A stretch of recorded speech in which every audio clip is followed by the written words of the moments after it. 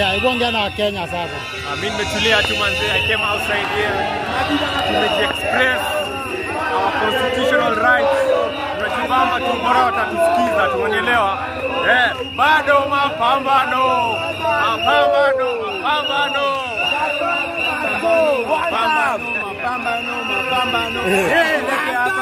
Story za ubombo club.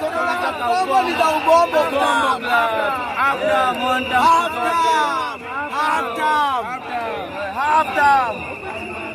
Mapambano.